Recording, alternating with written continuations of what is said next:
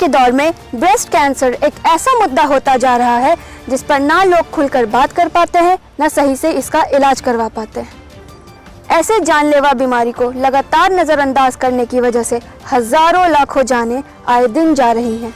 American cancer society के एक आंकड़े के हिसाब से लगभग 1.3 बिलियन महिलाएं सालाना दर पर इससे ग्रसित पाई जा रही हैं। हॉलीवुड की मशहूर अभिनेत्री एंजेलिना जोली हो या खुद बॉलीवुड डायरेक्टर ताहिरा खुराना, कोई भी इस भयावह बीमारी के पहुंच से बाहर नहीं है।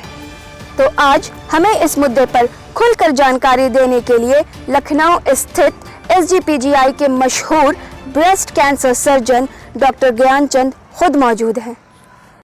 देखिए, स्तन कैंसर आजकल हम लोगों के कंट्री में भी काफ़ी ज़्यादा कॉमन हो गया है। और स्तन कैंसर पहले ये माना जाता था कि बुजुर्ग महिलाओं में होता है, लेकिन आजकल हमारे देश में ये कम उम्र की महिलाओं में भी पाया जाता है। और स्तन कैंसर होने के कई सारे कारण हैं। ज़्यादातर ये माना जाता है कि जो महिलाएं देर से शादी होती है, कम बच्चे पैदा होते हैं, बच्चों को दूध नहीं पिलाती हैं, या कुछ स्मोकिंग है जो पैसिव स्मोकिंग है, पॉल्यूशन है, या ये कह लीजिए कि जो हमारे पानी में प्रदूषण है, हवा में प्रदूषण है, खाने पीने में प्रदूषण है, इन सब का मिला जुला असर है कि स्तन कैंसर हमारे देश में बहुत तेज़ी से बढ़ रहा है। और स्तन कैंसर अगर हो जाता है तो इसका लक्षण ये है कि स्तन में गांठ बन जाती है, जो कि दर्द नहीं होता है। कभी कभी इसमें जो हमारा निपल से कोई डिस्चार्ज भी आ सकता है, या स्तन सिकुड़ जाता है, उसका शेप बिगड़ जाता है। ये ज़्यादातर महिलाओं में अक्सर नहीं पता चलता है, देर से पता चलता है। तो इसके लिए हम लोग सलाह देते हैं कि जो 40 साल की महिलाएं हैं वो अपना स्तन का स्वयं जांच करें, और जिससे कि उसको नहाते समय साबुन लगा करके, नहाते समय उसको पैल्पेट करके, उसको दबा करके देखें कि उसमें कोई गांठ तो नहीं है।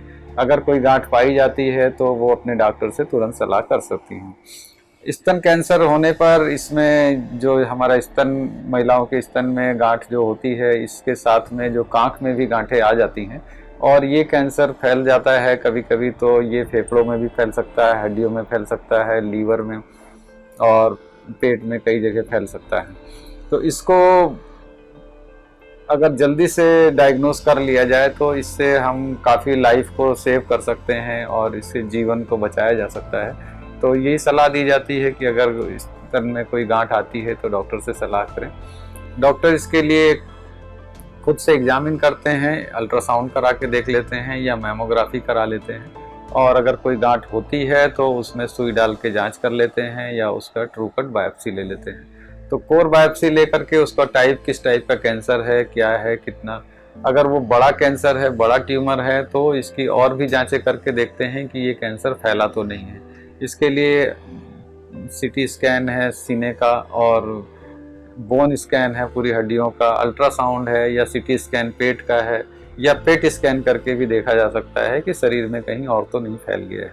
अगर ये कहीं नहीं फैला है तो इसके साइज के ऊपर इसका इलाज डिपेंड करता है कि अगर ये 2 सेंटीमीटर से छोटा है तो इसको पहले ही सर्जरी की जा सकती है। अगर 2 से 4 सेंटीमीटर है, स्तन साइज सही है, तो भी इसको सर्जरी की जा सकती है। लेकिन अगर 4 सेंटीमीटर से बड़ा है तो पहले इसको दवा दे के छोटा किया जाता है, फिर इसकी सर्जरी की जाती है। इसके कभी कभी अगर ये बड़ा होता है तो जो पहले दवा देते हैं उसको कीमोथेरेपी बोलते हैं।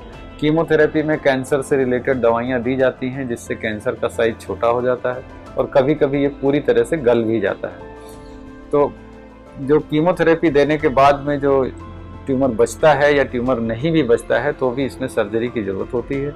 इसमें सर्जरी 2 तरह की होती है, या तो स्तन को बचा करके केवल गांठ को निकाल करके इसको सर्जरी की जा सकती है, या पूरा स्तन निकालने की सर्जरी की जाती है। अगर पूरा स्तन निकालना पड़ता है और फिर इसके बाद में जो ट्यूमर निकल के जांच के लिए जाता है उसकी जांच की जाती है, पैथोलॉजी से रिपोर्ट आती है कि इसमें कैंसर है, किस ग्रेड का है, कौन से टाइप का ट्यूमर है, इसका रिसेप्टर स्टेटस क्या है, कि जैसे एस्ट्रोजन रिसेप्टर हैं, प्रोजेस्टेरोन रिसेप्टर हैं, HER2 रिसेप्टर से ये कौन कौन से रिसेप्टर पॉजिटिव हैं, उसके आधार पे इनकी कीमोथेरेपी डिसाइड की जाती है। और अगर स्तन बचा हुआ है तो उसमें रेडियोथेरेपी की ज़रूरत पड़ती है। अगर स्तन नहीं बचा है और ट्यूमर छोटा था तो हो सकता है कि रेडियोथेरेपी की ज़रूरत ना पड़े, लेकिन ज़्यादातर पेशेंट में रेडियोथेरेपी की ज़रूरत पड़ती है। तो रेडियोथेरेपी दी जाती है, उसके बाद में उसके रिसेप्टर, उसके ग्रेड, उसके ट्यूमर के स्टेजिंग के हिसाब से उसमें कीमोथेरेपी डिसाइड की जाती है। कीमोथेरेपी देने के बाद में उसके जो रिसेप्टर स्टेटस है, अगर हार्मोन रिसेप्टर पॉजिटिव हैं तो उसको हार्मोन का दवाई दी जाती है जो 5 साल चलती है, और अगर HER2 रिसेप्टर पॉजिटिव है तो इसको एक महंगी दवा भी चलती है जो 1 साल तक दी जाती है। इन सब दवाइयों को देने के बाद में पेशेंट को 6-6 महीने पे एग्जामिन किया जाता है। अगर पेशेंट का हार्मोन रिसेप्टर पॉजिटिव है, एज 50 साल से ज़्यादा है, तो ऐसे पेशेंट्स के ठीक होने की संभावना ज़्यादा रहती है। अगर अर्ली स्टेज में पेशेंट्स आ जाता है तो उनके ठीक होने की संभावना काफ़ी ज़्यादा बढ़ जाती है।